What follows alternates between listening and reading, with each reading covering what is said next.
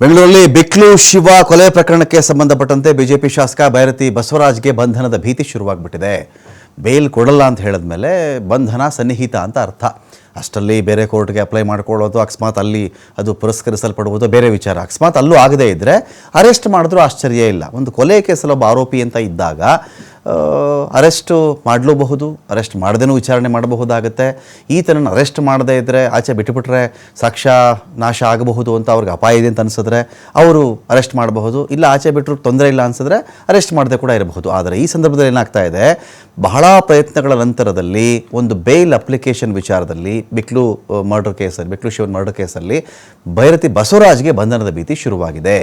ನಿಮಗೆ ನಾನು ನಿರೀಕ್ಷಣಾ ಜಾಮೀನು ಕೊಡೋಕ್ಕಾಗಲ್ಲ ಅಂತೇಳಿ ಹೈಕೋರ್ಟ್ ಹೇಳ್ತಾ ಇದೆ.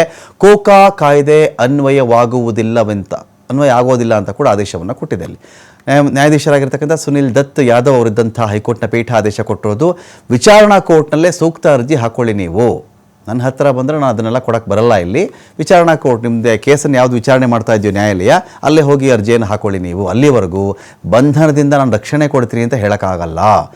ಬೈರತಿ ಬಸವರಾಜುಗೆ ಬಂಧನದಿಂದ ರಕ್ಷಣೆ ಕೊಡಲಿಕ್ಕೆ ಈ ಮೂಲಕ ಕೋರ್ಟ್ ನಿರಾಕರಿಸಿದೆ.